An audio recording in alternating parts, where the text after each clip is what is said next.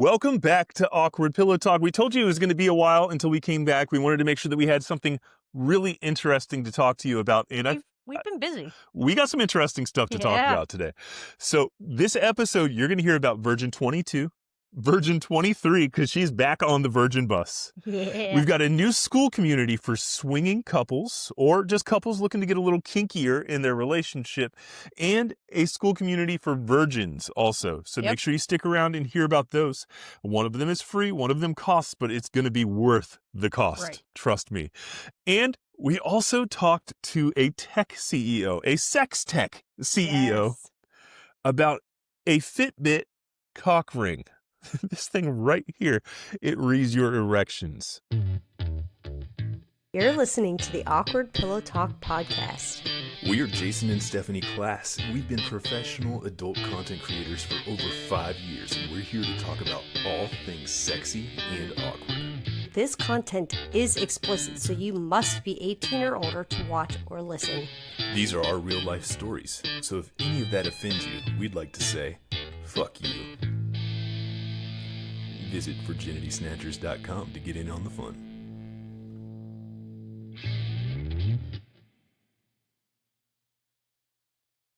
So let's start off first talking about this little cock ring. Okay. Here. All right, now, he didn't like me calling it necessarily a cock ring. Nope. There was another. I've said it several times now, and I'm sorry, and he'll correct us on the interview when we air it to you. But this thing is so cool. So I used it for the first time recently, and it actually tracks your erections. I used it earlier while we were messing around, and it told me exactly how long I was hard, and then when it started going down. And it's, well, you know, he's going to tell it best. So let's go ahead and run that, but make sure that you stick around so you can hear about Virgin 22, 23, and the school communities. And if you do decide to buy one of these, use code Awkward Talk. All right, so we've got the ring master on today. This is Elliot, and Elliot has a really cool device that I was looking into. It's kind of like a Fitbit for your dick. It gives you all the data, and you love data. I So know, like I'm this a numbers person. this is right up your alley, is something that you're going to be into, and I'm going to have to get you the female version when that one finally comes out. If you don't mind introducing yourself and telling us kind of your background and what we're here to talk about today. Sure. Well, my name is Dr. Elliot Justin, and I'm the founder of FirmTech, and we have invented the world's first monitor of men's sexual health. Our mission of FirmTech is better sex and better sexual health for everyone, so that everyone can enjoy a longer sex span of happy sexual lovemaking. I'm 72 years old. You guys are quite a bit younger than me. I'm confident that both of you will enjoy something as a consequence of the date that you can now attain, that you will enjoy another 20, 25 years of lovemaking beyond what people my age will enjoy. My background, I'm a emergency medicine physician and a medical technologist, sensor technologist. I can tell you that short of a heart attack or a stroke, there's no emergency that concerns a man or his partner as much as a limp dick. And as Stephanie certain can affirm, as an observer of men are only as good as their last 2 or 3 erections. You know, if they fail more than 2 or 3 times in a row, they're on the way to suicide. So having healthy erections is pivotal to our health and the happiness of our partners. So one thing that was interesting to me when I was reading up on this is you were saying essentially that nighttime erections can be a huge indicator for health problems in general. Now, does that span all ages as well? Is that something that somebody in their, early 40s could put this on and be like, wow, I didn't realize I was struggling with that? Well, you might not even know. So that's how I got into this. I'm, if you had told me, Jason, 4 years ago, hey, Dr. Justin, 4 years now, you'll be talking to Jason and Steph on a podcast about cock rings, I would have said, no fucking way. Why? I don't need that, So there was the male pride thing. So I about 4 years ago, a urology professor at the University of Utah asked me to come up with a way of counting the number of nocturnal erections that men have. And my response was, what the fuck for? Why do we care? And we know about morning wood. We laugh about it. We don't want to have dead wood. And he told me that they're a leading indicator of man's cardiovascular health, and that the urologist called the penis the canary in the coal mine of man's cardiovascular health. And that kind of took me aback, because that would make it a vital sign. I mean, in medicine, we treat associations. High blood pressure is associated with heart attack. Elevated liver proteins associated with atherosclerosis. They're not predictive. I mean, if my blood pressure goes from 120 to 140, It's not really to be telling me anything. Other than the, hey, maybe if you follow this, it might be a problem. But the average man has 3 to 4 nocturnal erections per night. And if that number goes down by 50%, that man has a significantly increased risk of having a heart attack over the next 2 or 3 years. Or some people think it's up to 50%. That's predictive, and that's a game changer. So when this doctor said this to me, I thought, wow, I want to get involved in this because one, we all want to enjoy a longer life of sexual performance, but two, this could really change men's behavior. Because what does a man care more about? How many steps they took yesterday or their dick? And the answer is obvious. So I'm hoping that with what we're doing, I'm confident that what we're doing will become the standard of care in the future. It might not be my company that makes the big money. It could be, one of the big companies, Boston Scientific or Medtronic. But setting data as a standard of care, that is transformational for urology and sexology for men and soon for women as well too. Because Jason, I don't know how old you are, like 40? 38. 38. Okay, Almost. Close. Didn't mean to put you down there. Right. You don't look a day over 37. No, but close. Right. But if you went to a doctor, even at your age, but certainly when you were 45, if you went to a doctor and he said for an annual physical, well, because you maybe had a problem, you want to, whatever, you want to lose a little weight, you want to get more fit, and the doctor looked at you and said, "Hey, Jason, you look fabulous, man. Come back 5 years from now." You think, "What the fuck is this? You're gonna take my blood pressure, get an electrocardiogram? What about my liver proteins? What about my inflammatory markers?"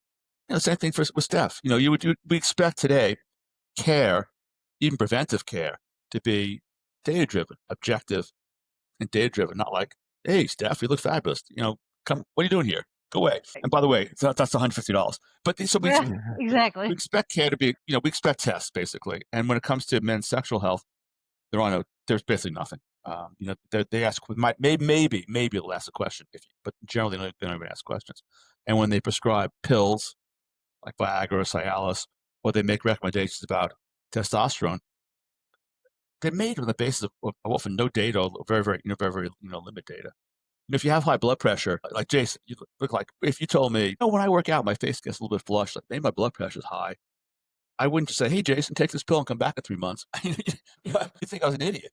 You expect me to tell you, "Hey, Jason, here are your numbers. Go buy a blood pressure cuff. Take this pill. Come back in a month or two. At least tell me your numbers. It's the right pill. It's the right dose."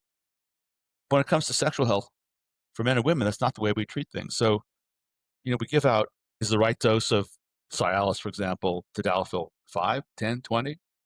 Well, with data, you can make it objective. Same thing applies to women, frankly. Premenopausal women, unlike men, take 2 medications that have a major impact upon their sexual health. They take birth hormones, birth control, and they take antidepressants, estrogen antidepressants especially, way more than men do. Well, both of these things fuck with their sexual health. But doctors often don't warn women about this. What's the right dose? If women had a monitor for clitoral and blood flow, you could say, "Fuck, I'm not taking that birth control. It's reduced my clitoral blood flow by 50%. Why do I want to do that? It's gonna be hard for me to have an orgasm." Or this SSRI antidepressant. Wait a second. It used to take me 10 minutes to climax. Now it's like 30 or 40 minutes, and I'm getting wrist fatigue from holding my vibrator. So we doctors are really fucked up when it comes to sexual health. We don't have data, and we make recommendations without data. That's just wrong. Yeah. So what kind of data is this cock ring, we'll call it? What is that actually giving you, like, Sure. when you're looking at it? First, let's stop calling it cock rings. I prefer erection ring. Erection ring, okay. And why do I prefer that? Because cock ring sounds like some novelty. You and your girl. I'll get this at a sex toy store, and it costs $10.95, and I'll use it 2 or 3 times. And by the way, it pinches, it's uncomfortable, and let's get rid of it. Let's talk about. What I like to call an erection ring, because I want men to take this more seriously, because it sustains erections. The ring itself sustains erections. So, and I also want to say I don't like the word dysfunction, because it's shaming. Men don't want to talk about this shit. Men don't.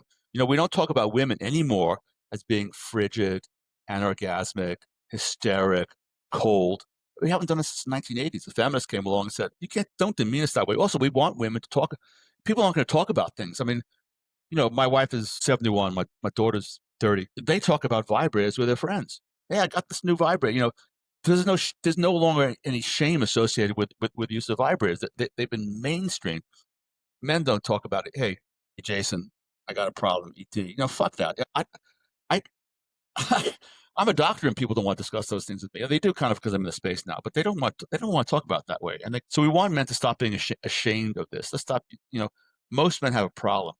So what does the device do? One overnight, we count the number of nocturnal erections, how many you have. Jason, you should be having 4. And by the way, Jason, if you only had 2, you have a problem, but you wouldn't know it. You'd still be able to fuck, but you wouldn't know it. It's kind of like a warning signal. You need data, and we measure the duration of erections, how firm they are. So, Jason, at your age, nocturnal erections should average on a 1 to 10 scale, a 7 to 8 in firmness. If they were only a 4 or 5, you could still have sex, but you got a problem. You wouldn't know it, but you would know it now if you had the data. When during sex, we measure the duration and firmness of erections. So with this information, men can now assess if I got a problem. Is it here, in my head, or is it there? I can now measure the impact of diabetes, hypertension. Hey, Elliot, maybe you should be taking your medicines because your dick isn't working. Hypertension, diabetes, atherosclerosis, medications we doctors prescribe that have an negative impact on men's and women's sexuality, older people, blood pressure medications, anti-anxiety medications, sleep medications, alcohol. Hey, Elliot, with this device, I can actually tell you, I can identify that point that every man knows about. Women do too, they don't talk about it though. Every man knows there's a point when you're drinking or smoking pot when I can still get it up, but I can't get it off. Well, you can actually identify that point. And in the future, we actually could send a notification. Jason, Stephanie, you guys involved together? What's that? Yeah. Are you guys a couple? Okay. Yeah, So we're married. Yeah, sorry. We'd actually send a notification to Stephanie, like, Jason has now exceeded his limit, by the way. That fourth cocktail, we know from experience, better give him a warning. Anyway, That would be nice. Well, so anyway, all this data can now be used, both for fun and also for health. But the other thing that we've learned with the rings is their benefit. So again, if you had told me 4 years ago and we talked about cock rings, I would have said erection rings. I would have said, no way. I would have given the typical male response. I don't need that. Well, it's not about need. It's about want. Here are the 5 questions that every man should ask themselves. Do I want to rock harder? Yes. Do I want to last longer if I want to last longer? Yes. Do I want a more intense orgasm? And we produce more intense orgasm by putting pressure with the urethra and drawing out the ejaculatory phase. Do I want more intense orgasm? Yes. But do I want to feel more confident and I can have the extra cocktail too? And by the way, if my wife complains about missing a mortgage payment, I can still get hard. Yes. Do I want my partner, male or female, to be more confident in my performance? And the answer is yes. Any guy who says no to any of those questions should have like a mark on their forehead. Stay the fuck away from me. Because any man can prove to himself the benefit of a cock ring tonight. It's so obvious. All you got to do, Jason, and any of your male listeners, is kick Stephanie out of the room. Get rock hard, whether you're using your imagination or, I don't know where you go to, Jason. I'm guessing Pornhub or XNXX. I don't know where you go to, but when you're alone. But you go somewhere. Almost every guy goes somewhere. Get rock hard. And then no stimulation. Stephanie, you're out of the room, okay? Get rock hard. And then, and then nothing. And your erection will go down like 25, 35 seconds. Then get rock hard again. This time put a ring on. Ours, of course, is the best in the world. But any ring will do. And a lasso or conventional ring. You put a ring on. And you're going to stay hard for a little bit over 2 minutes. And then, third step, get rock hard again, put a ring on it, and take whatever, 5 of Cialis or 50 of Viagra, and you're going to stay rock hard for about 4 minutes. What does this tell every guy? It tells every guy, whether you identify as having ED or don't have ED, put a ring on it, because it's a non-pill solution to staying harder, and take a pill. If you want to optimize performance, take a pill. And there are 2 papers to this effect. And I want to popularize this because early on in my life, back in the 70s or 80s, when you guys were like in diapers, I'm dating, and vibrators were just being popularized late 70s, early 80s. And there's a certain like stigma. Oh, Women are going to become vibrator addicted. It's the end of the family. Women are going to become vibrator dependent, blah, blah, blah. Now they're mainstream. Men need to think about erection rings the same way. So we speak at like the American Urology Association conventions or the International Society for Sexual Medicine conventions. We joke commonly, this joke. How do you tell the difference between a gay doctor and a straight doctor with one question? Do you use a cock ring? Gay doctor, they like roll your eyes. Like asking a woman whether she uses a vibrator. It's like, do I use a cock ring? Duh, like last night. What, you got a better one? Straight guy, doctor. I don't need that. It's like Superman kryptonite. Whoa, not me. Hey, some of my patients might need this, but I don't need it. It's not about need. It's about want. Men, do you want to rock harder, last longer, be more confident, more likely to satisfy a partner? Put a ring on it. Get over it. Put a ring on it. Interesting. See, I've tried them before, but for me, they were always so crazy uncomfortable that I was just like, I'm not gonna keep pushing with it. Yeah, me too. You can obviously see the benefits for it, but you get to a certain point, it's just like, This isn't gonna. it's too much to deal with. Yeah, I basically probably bought and discarded 20 or 30 rings. So here's what's different about our rings. In order to count the number of nocturnal erections overnight, we had to reinvent the form and the material. So most cock rings are made out of hard silicone. They pinch and they're uncomfortable. You have to have an erection for it to work, and then you're choking off the erection. Well, who wants to lynch their dick? But that's what we're doing. Let me ask Stephanie a question. Steph, if you put on a bra that was 4 sizes too small for you, you're going to want it off right away, right? Yeah, 2 absolutely. sizes too small. Bras have they're a ring. And so our ring was actually, the design was inspired by the bra. 2 things. Okay. So I would say, this probably applies to you guys too, a lot of heterosexual sex starts when the woman, especially in a hot climate, wants a back to be scratched when bra comes off at night. Because bras have this panel of silicone in the back. And silicone irritates the skin. It pinches the skin. So I was scratching my wife's back. I was challenged by this urology professor to come up with this device. And I was scratching my wife's back. And on her desk, she had one of those stress balls. Stress balls are made out of soft, stretchy elastomer. Not silicone, but elastomer. And I was like, duh, why are we making cock rings out of these hard silicone O-rings? Why don't we make them out of stretchy elastomer? By the way, Jason, if you're bigger than this won't work for you, okay?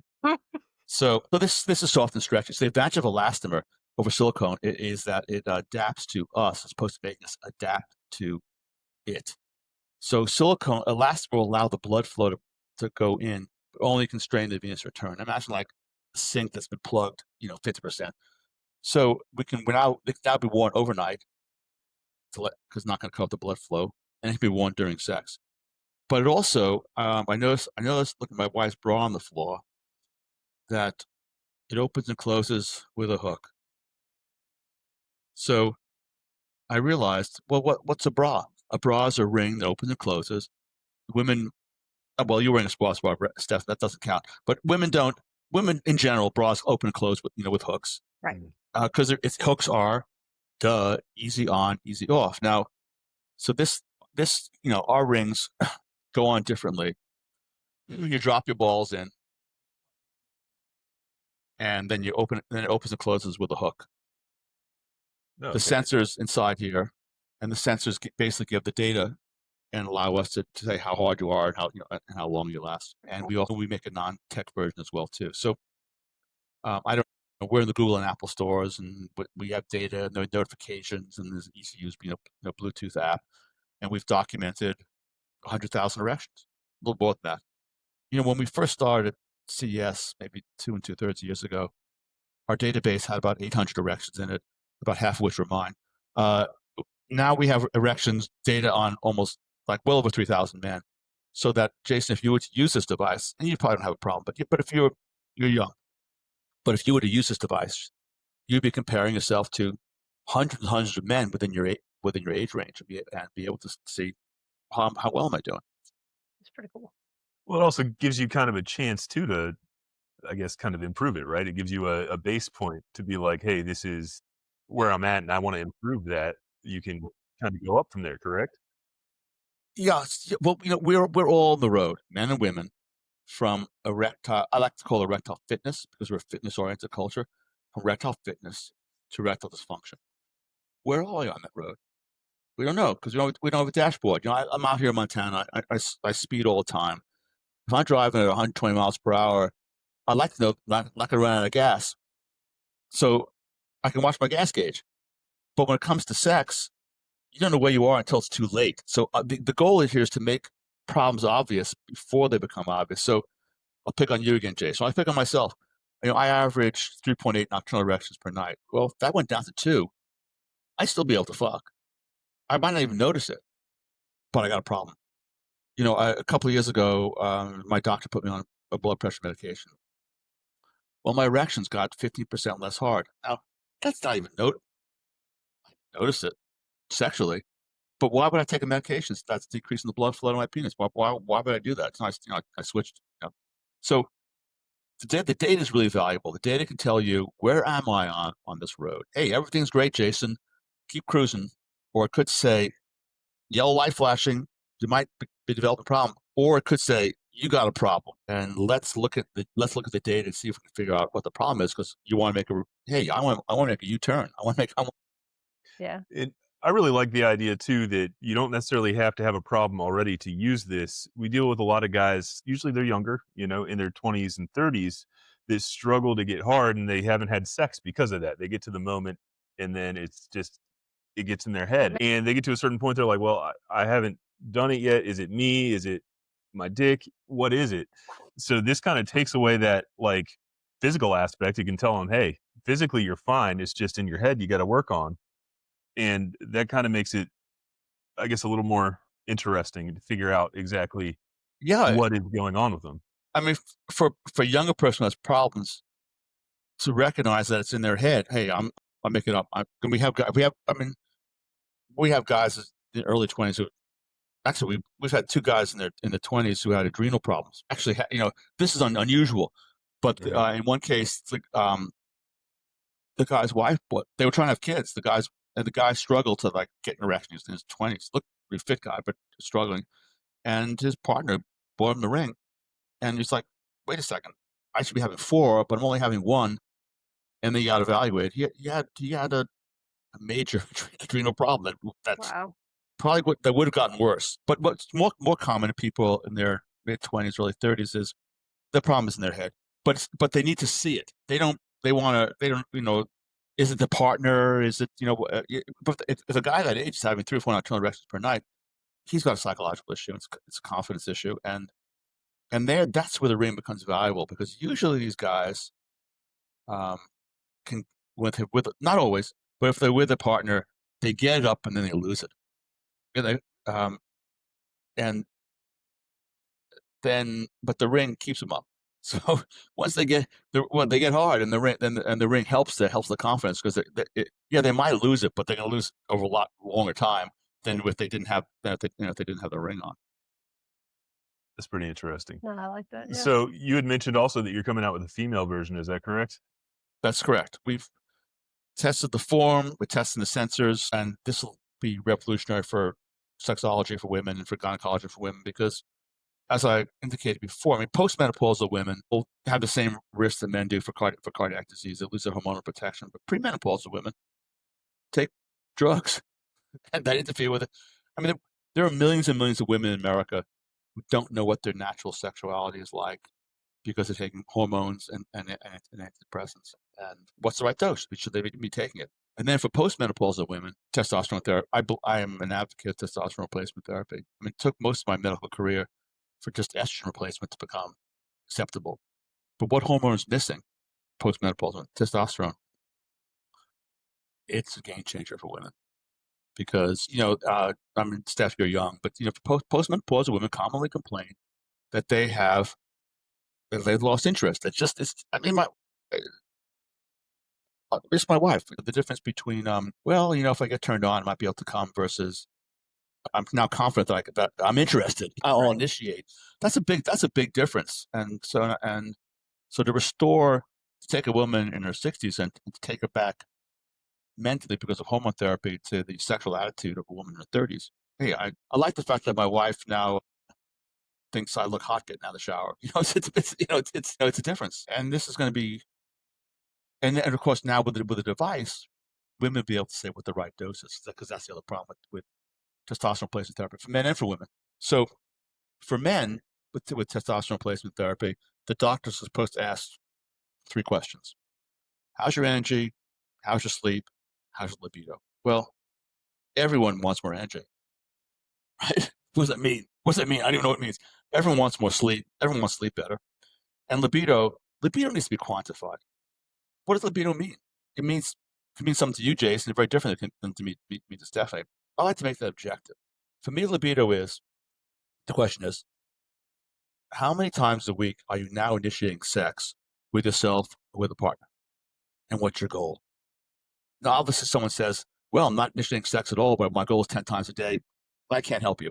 But if you're, if someone says, well, I'm initiating sex, 2 or 3 times a month, and my goal would be 2 or 3 times a week, and my testosterone is low, male or female, that's a goal. That's achievable. That can be quantified. Is there anything else that's worth bringing up you want us to know?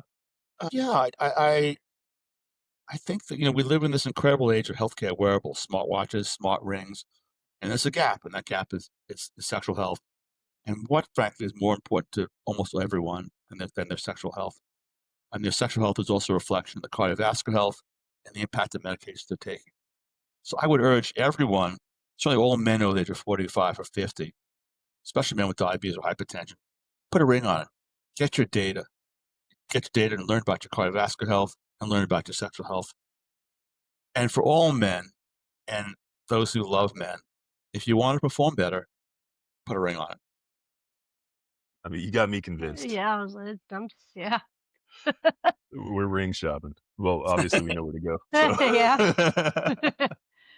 Well, thank you so much for talking to us today. It's honestly a lot of stuff I did not know. And That's pretty cool. the idea that people are afraid to talk about this stuff and that it has such crazy implications on their health is just absurd. So that's the whole premise of our podcast. Is it's awkward to talk about, but it needs to be talked about, because it's just not going to get better unless it's discussed. And people can't rely upon spontaneity. Yeah. You need to plan for pleasure. You need, in a relationship, you need to commit to pleasure and stop making excuses about work, stress, kids, whatever. People should be making love several times a week. Yeah, several times a day. I agree. I'm with you. All right. Well, we'll go ahead and end it here. I appreciate it. Go ahead and tell me where we can find your information. That way I can add that sound clip in too. You can find us at myfirmtech.com, myfirmtch.com. You can reach me personally at Elliot, Elliot at myfirmtech.com. I look forward to hearing from you.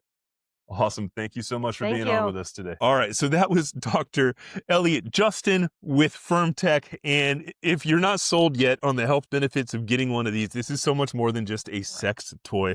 This is sex tech, guys. This could really change somebody's life or give you the early warning sign that you need, especially for the older folks. So for me, this is really fun just to be able to track, see, how alcohol does. Oh yeah, we haven't even tried it yet to see how alcohol affects the hard on, but super cool and really comfortable. You see how stretchy it is? And he's right, the bra clasp thing goes like that. Everything works as advertised. Yeah. So definitely check it out if you're interested in stepping up your game, figuring out how you can keep hard longer. This is the first tool to do it. Let's go on to our school communities real quick, because there's not much for us to talk about on that other than the fact that we just want you guys to join in so that we have more of a community feel here, mainly with the couples one, the awkward couple group on SKOOL. That's SKOOL if you're not already acquainted with the platform. Right. The idea behind it is for us to be able to have a platform for couples to come together and kind of be that reinforcement, right? Celebrate wins. Celebrate wins. Like when your neighbors are telling you that you're being weird, when the world feels against you and you're thinking about just curling up and stopping doing it. Crazy about doing something. No. That's what this is for. Come into the group, drop it in, and it's going to be like-minded people. Or hell, it'll just be Stephanie and I telling you, go you. Right. Good job.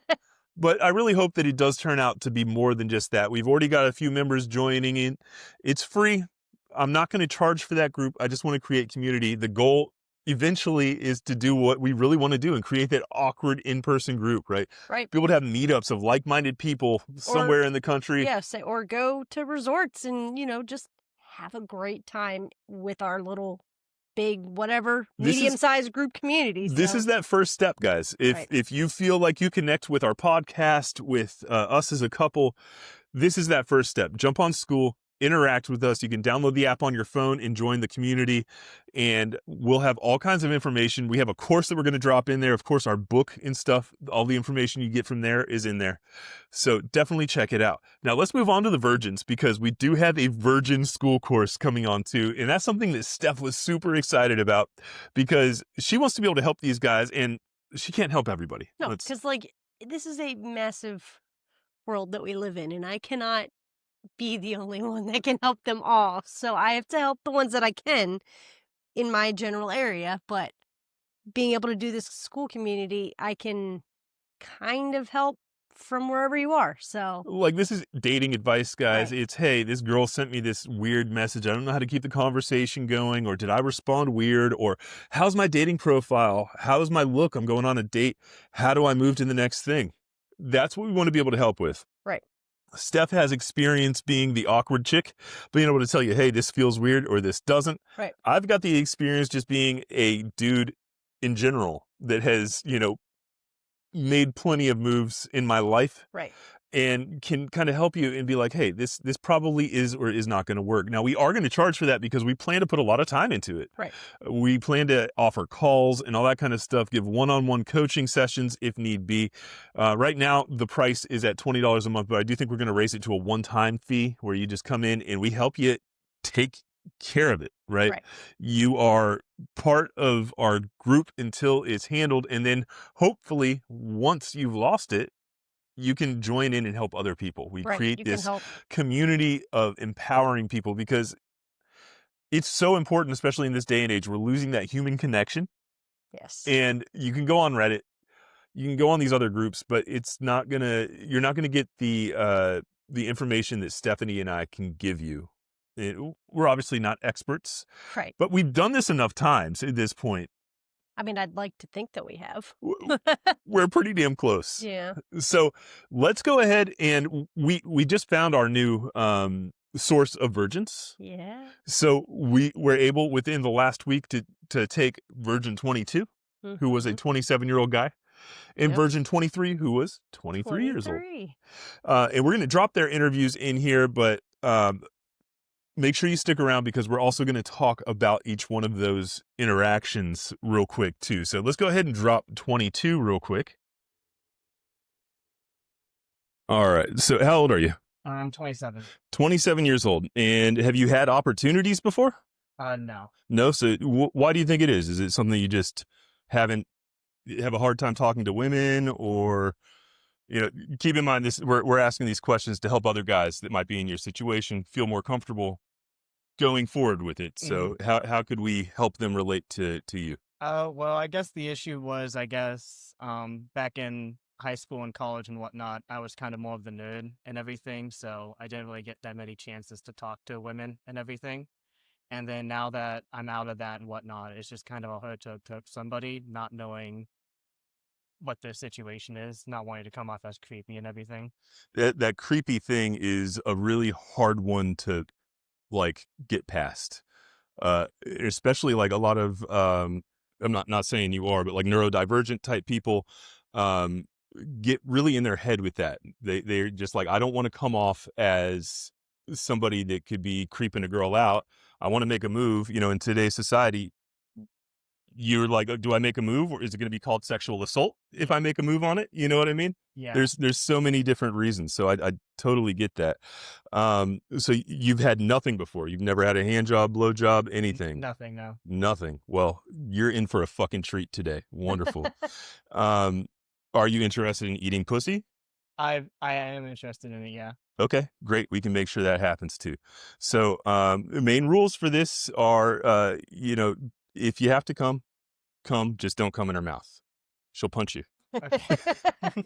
Noted. Just be communicative. You know, if it doesn't gets to the matter point. if it's, Yeah, if you're in and it takes 2 seconds and you bust, then that's fine. that is what it is, Make man. you look like a rock star. Yeah, there's no shame in it. It's the idea of just getting that stigma over with, right? And just being like, hey, I've done it. I can say I'm not a virgin anymore, and you can move forward. You know And if you can't come, that's fine, because that's happened before too. So that. Yeah, we don't put any pressure on being able to come or not.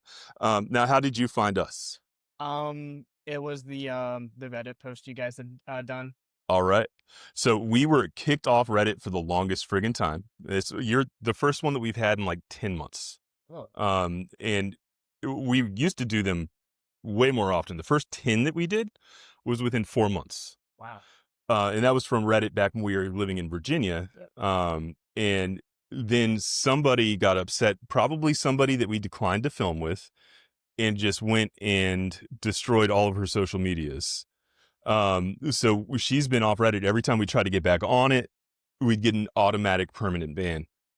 So I've been cooking this one Reddit account for like almost a year, just trying to make sure that it's not going to get banned or whatever. And finally I was like, all right, I think I'm at a point I can post. And you were one of the first ones to reach out. So, I appreciate it. There's been several people who reached out and then chickened out. So you've made it way further than them. So congratulations. Congratulations. Can't say it hadn't crossed my mind a little bit. It does, can man. imagine. And I try to tell people, look, if you do get cold feet, there's no shame. I know it's a weird situation in general. Not usually how most people dream about losing it or whatever, but it works and we're patient and it can help other people in the long run. That's what it all comes down to. There's huge like epidemic right now of adult virgins. Like it just keeps increasing. So Stephanie is doing her part I'm one by trying to one do my to part. reduce the numbers. But all right, well, I know Steph is in like the most complicated fucking dress ever, so it's gonna take her a second to get out of it. But you want to start getting out of it, do a little show off for the camera, and Sure, if I can figure out how to. I will figure out take that that. microphone Let back. me stand up. You can kneel, Oh, that might be even harder. whatever you got to do. I don't know. So, how was that? Like after your first, it'd been a dry spell for a It while. had been a dry Were you spell. nervous more going into this one? No, I really don't think I mean, like, I was still nervous. Like, I'm nervous after every single one, or before every single one. But I think I was just more excited that, like, we had found this new, like, way to connect with these guys and, like, continue it on. So, like, yes, I was nervous because I'm always nervous, but it was fun. I can tell, like, obviously, if anybody watches our videos, and I know there's been more than a few people that have watched every fucking one that we've dropped, you can tell from number 1 until this most recent 23, your confidence has just gone so much Yeah, through the roof, just crazy, because you used to be so much more timid. right. Now you're actually vocal during the time things are happening and stuff, and you can just tell that you're truly enjoying it.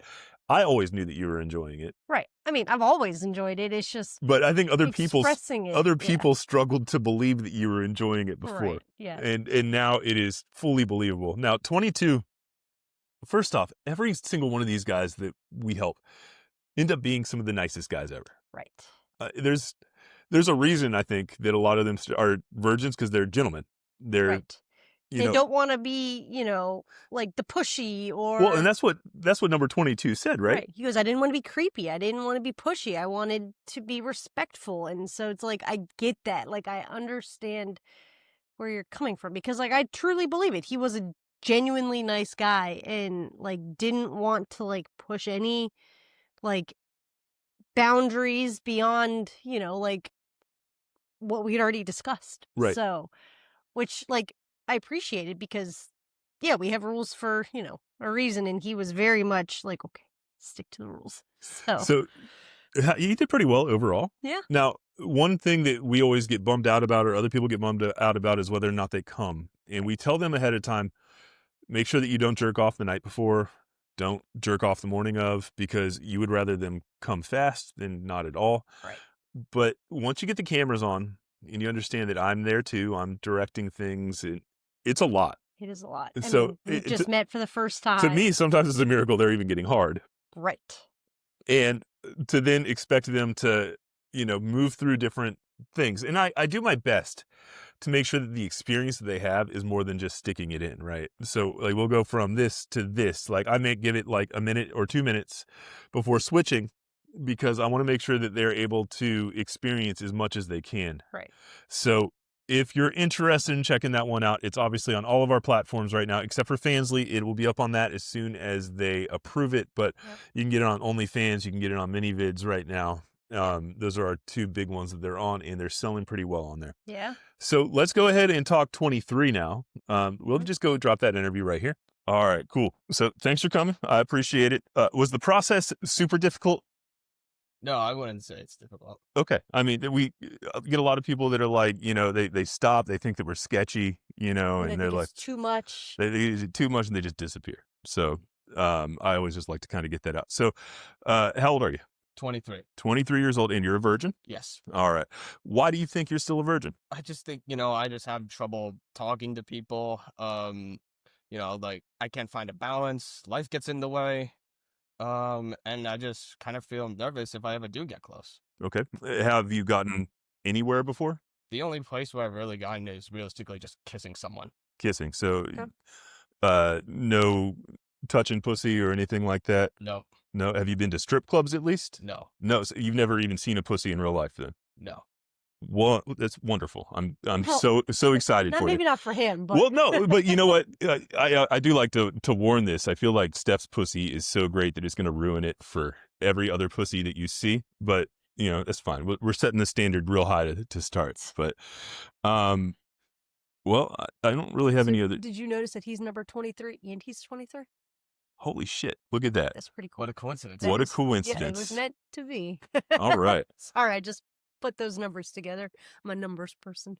She's a numbers person. She's got all these like charts and graphs. We were trying to figure it out earlier. Like, what is it that is making Steph want to do this? Because obviously, when we go on Reddit, she can have basically any dude that she wants to film with, but she gets grossed out by anybody that's not a virgin dude. And it's Or you. or me. Thank God. And I think it's basically just you like to be able to help. You want to have a reason for fucking somebody and not just, to do it on camera. So at least with this, she feels like, hey, this is something that you'll probably remember this forever. And hopefully it's a great experience for you. All right, let's go from there. So Steph is wearing her dress today. So do you want to just start off like showing it off or take it off, or how do you want to go? I can just take the dress off. All right, well, why don't you get up on your knees and take it off, and Get it off. you feel free to look, feel free to, touch.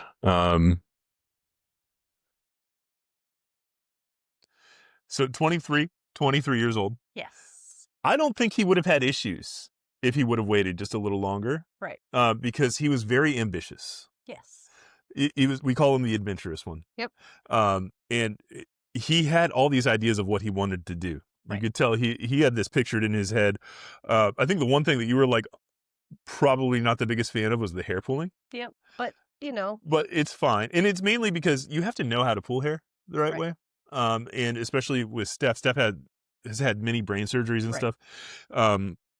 So part of her head is, it can be sensitive, but I was looking at her and making sure and I, if I needed to move, I moved, and I made sure it was like. And at this point in us doing this, I know that you will say something instead of just letting it happen. So I wasn't that concerned about it. But he was ready to go. He stayed hard, had no issues whatsoever. On the smaller side as far as cock goes, but I think average is probably more of the way to say it, not smaller. That sounds mean. I'm not trying to diss the guy.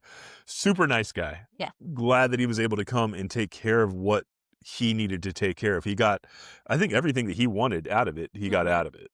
Well, except that he didn't come, but He did not come either. And again, I think he just got in his head. I think he probably held back at one point.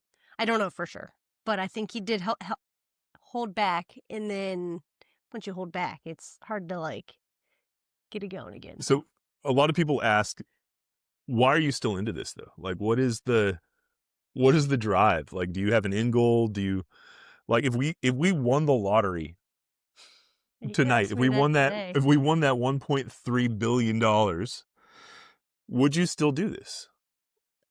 I think I would. I just think we would maybe take a small hiatus, get a production studio or whatever. That way we So you want to take it to a bigger level? I think. I mean, like, obviously I'm not going to go like travel to guys, but like if they wanted to come in and like fly in, whatever, like I get that. Like, I mean, we've always kind of like, not always said that, but like we've had guys that have been willing to, and they never end up pulling the trigger. But well, it's a lot for us with our small production to be able to say, yeah, okay, we're going to count, this day out, for some random dude to hope that he's going to pull it off and come through. Whereas if we had a full production company type thing going, like we still do that even now. Like we've planned out our whole day, and then like we've told people like, okay, out of every 10 virgins that we end up finding on wherever it is that we're finding them on, one shows up out of those 10 that it's a lot of work. It's a lot of work. And so it's